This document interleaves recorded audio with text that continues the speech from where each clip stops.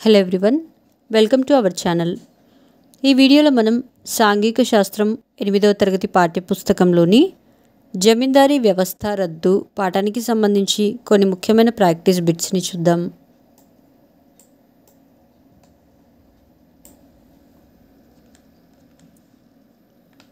స్వాతంత్రం వచ్చే నాటికి మన దేశంలో తీవ్ర పేదరికంతో బాధపడుతున్న గ్రామీణుల సంఖ్య ఎంత?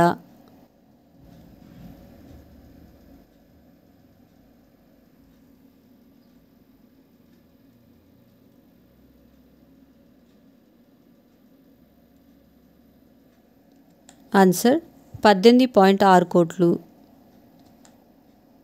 బేగార్ అనగా డాష్.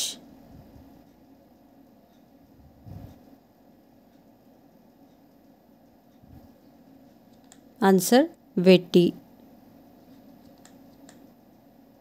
జమీందారీ వ్యవస్థను రద్దు చేసే చట్టాన్ని అన్ని రాష్ట్ర ప్రభుత్వాలు ఏ సంవత్సరంలో చేశాయి?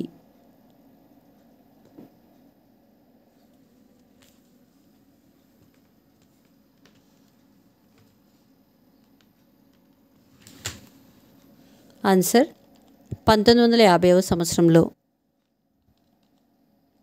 భూస్వాముల ఆధిపత్యం ఎన్ని రకాలలో ఉండేది?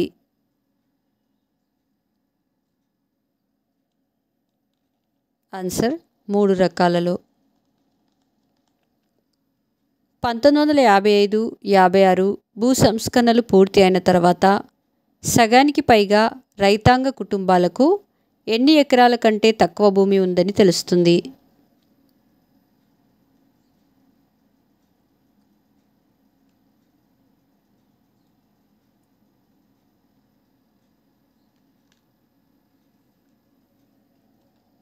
ఆన్సర్ 5 ఎకరాలు.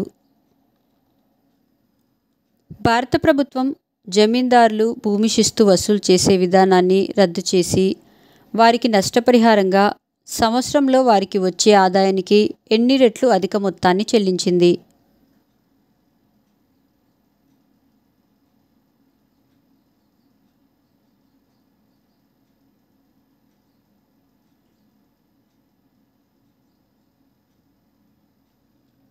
ఆన్సర్ 20 నుండి 30.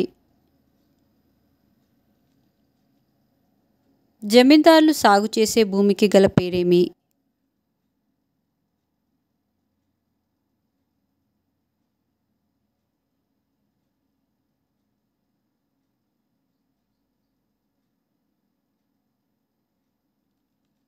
ఆన్సర్ ఖుద్కాస్ట్.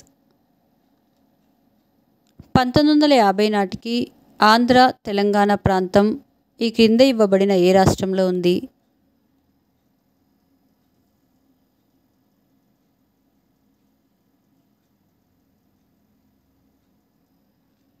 ఆన్సర్ మద్రాస్ రాష్ట్రంలో.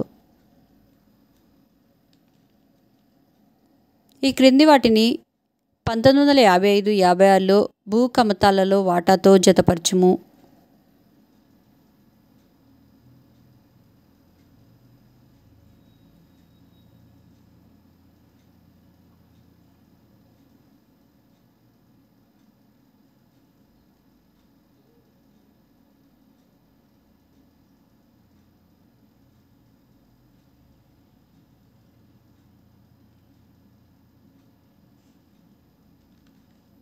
Answer D. 1 సన్నకారు రైతులు 5 ఎకరాల లోపు బి 58%. 2 చిన్న రైతులు 5 నుండి 25 ఎకరాలు సి 32%. 3 పెద్ద రైతులు 25 ఎకరాలకు మించి ఏ 10%.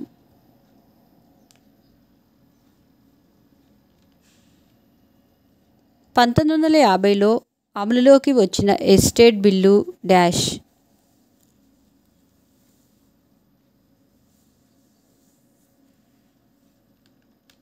Answer Madras estate. నిజాం రాజ్యంలో స్వాతంత్రానికి ముందే వెట్టి చాకిరీని నిర్మూలిస్తూ చట్టం చేయబడిన సంవత్సరం ఏది?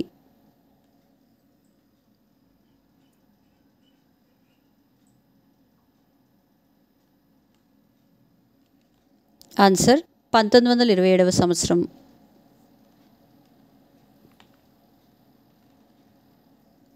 హైదరాబాద్ స్టేట్లో చిన్న చిన్న రాజ్యాలుగా ఉన్న జాగీర్లను రద్దు చేసిన సంవత్సరం ఏది?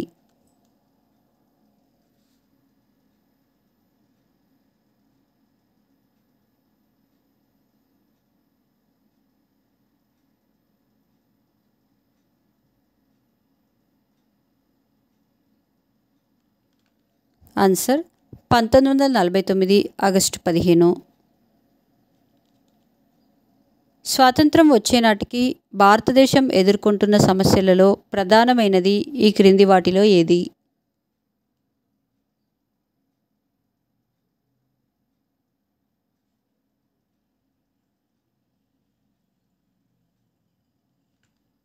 ఆన్సర్ పేదరికం.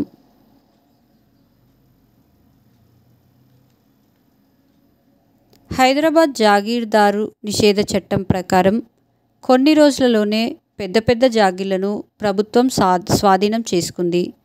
అందుకు నష్టపరిహారంగా ఎన్ని రూపాయలను చెల్లించారు?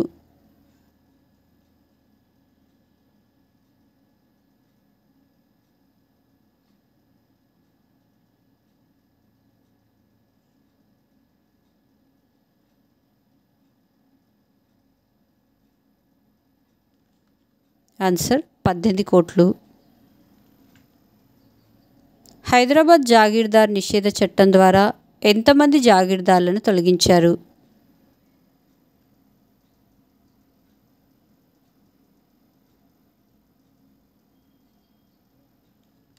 ఆన్సర్ 995 మందిని.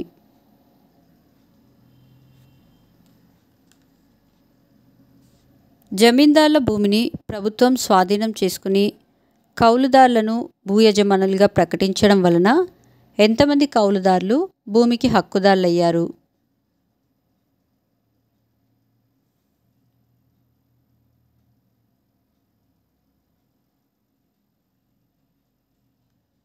ఆన్సర్ 2 నుండి 2.5 కోట్ల మంది.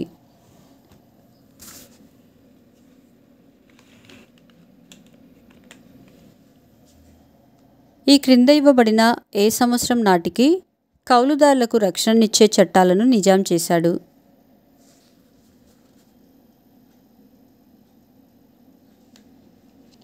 ఆన్సర్ 1945.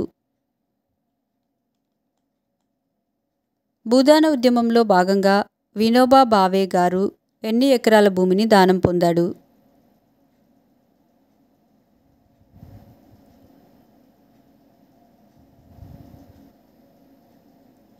ఆన్సర్ 44 లక్షలు. సర్వోదయ ఉద్యమంలో భాగంగా వినోబా భావే గారు మొదటిగా వచ్చిన హైదరాబాద్ దగ్గర ఉన్న ప్రాంతం?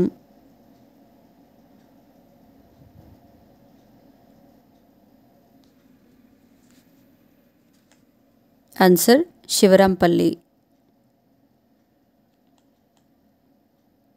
ఈ క్రింది వాటిని 1955-56లో సాగు భూమిలో వాటాతో జతపరచుము.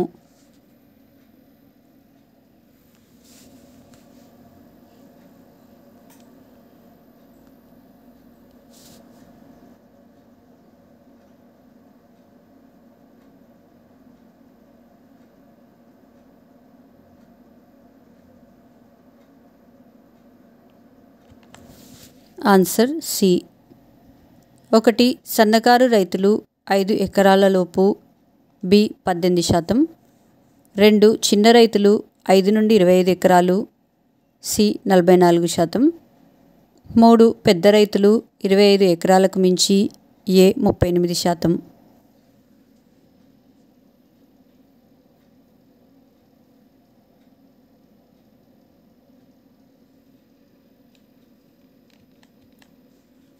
స్వాతంత్రం వచ్చే నాటికి మన దేశంలో తీవ్ర పేదరికంతో బాధపడుతున్న గ్రామీణుల శాతం ఎంత?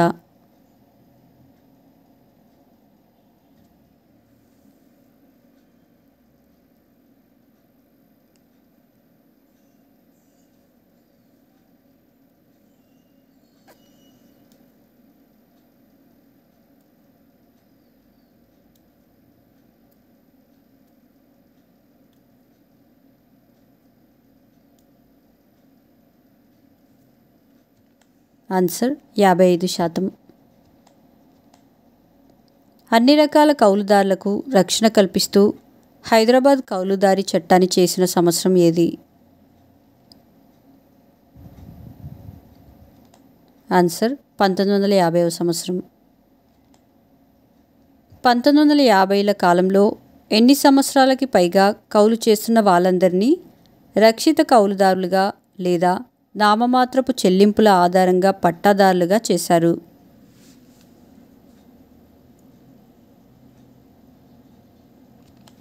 ఆన్సర్ 6 సంవత్సరాలు. 1950లో చేసిన భూ సంస్కరణల చట్టానికి ఏ సంవత్సరంలో సవరణలు చేశారు?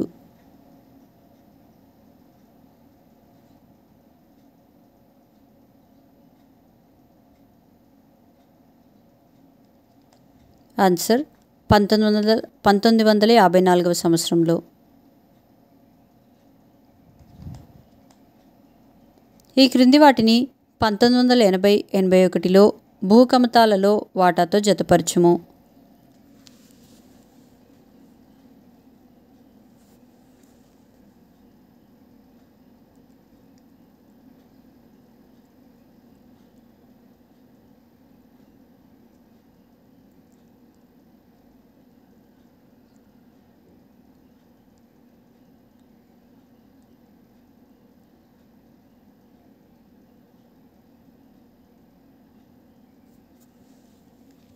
Answer D. 1. సన్నకారు రైతులు 5 ఎకరాల లోపు బి 73%. 2. చిన్న రైతులు 5 నుండి 25 ఎకరాలు సి 25%. పెద్ద రైతులు 25 ఎకరాలకు మించి ఏ 2%.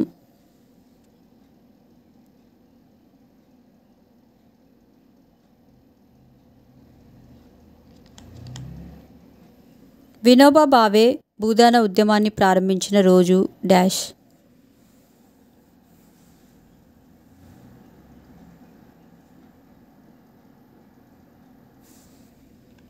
Answer 1951 April 18. సర్వోదయ ఉద్యమ నాయకుడు ఈ క్రింది వారిలో ఎవరు?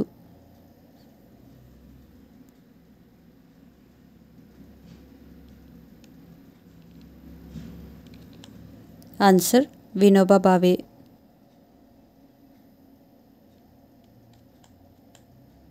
వినోబా భావే చేపట్టిన భూదాన ఉద్యమంలో మొదటిసారిగా ఉమ్మడి ఆంధ్రప్రదేశ్ రాష్ట్రంలో నల్గొండ జిల్లాలోని పోచంపల్లి గ్రామంలో పాల్గొన్న రైతు ఎవరు?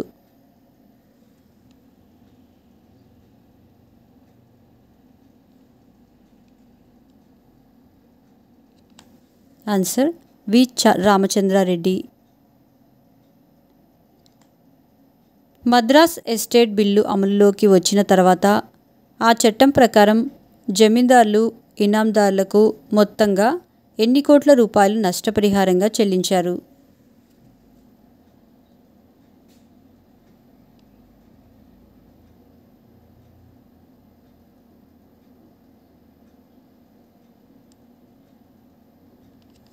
ఆన్సర్ 15.5 కోట్లు.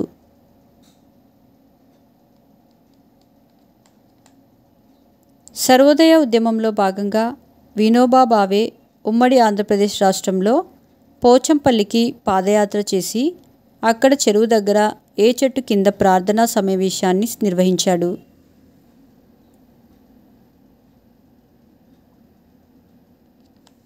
ఆన్సర్ జివ్వి చెట్టు. మా నెక్స్ట్ వీడియోస్ యొక్క నోటిఫికేషన్ మీకు రావాలంటే మా ఛానల్ను సబ్స్క్రైబ్ చేసి బెల్ బటన్ నొక్కగలరు. మా వీడియోస్ను లైక్ చేసి షేర్ చేయగలరు.